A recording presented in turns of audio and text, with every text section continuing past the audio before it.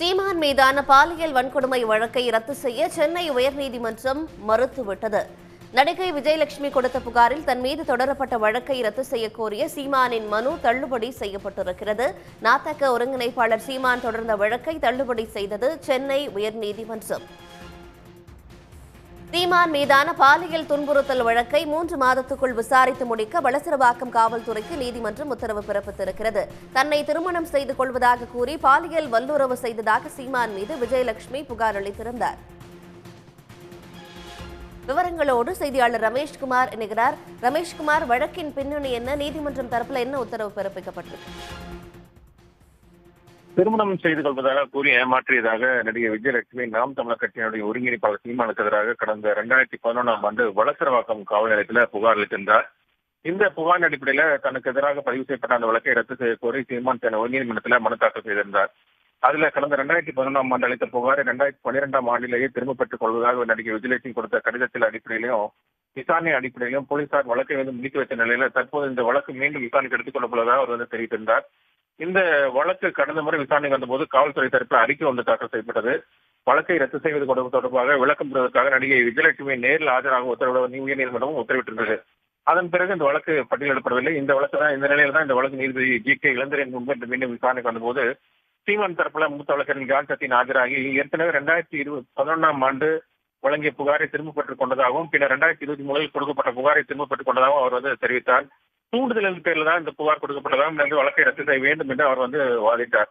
இதற்கு எதிர்ப்பு தெரிவித்த காவல்துறை சார்பில் ஆஜரான வழக்கறிஞர் முகிலன் இந்த வழக்கு பாலியல் வன்கொடுமை வழக்கு என்றும் ஏற்கனவே இது குறித்து நடிகை விஜயலட்சுமி வாக்குமூலம் அளித்துள்ளார் என்றும் அவர் அந்த வாக்குமூலத்தை சீலிட்ட கவரில் நீதிபதியிடம் தாக்கல் செய்தார்.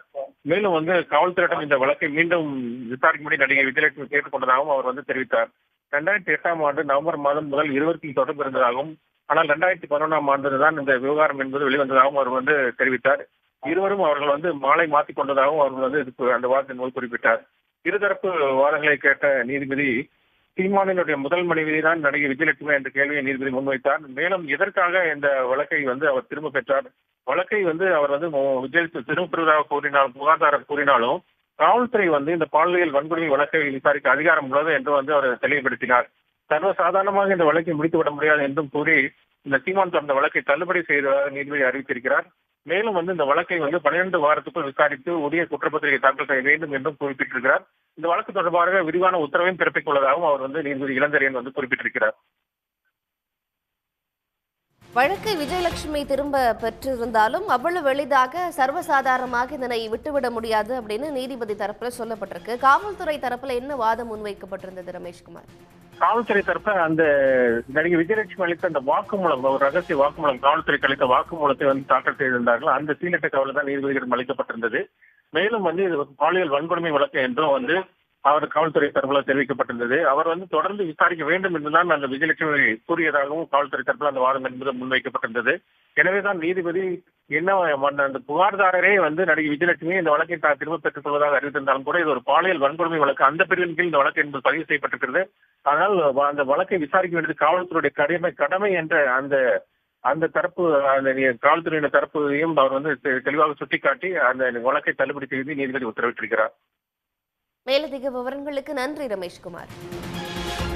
உடனுக்குடன் செய்திகளை தெரிந்து கொள்ள சன் நியூஸ் பெல் ஐகானை கிளிக் பண்ணுங்க.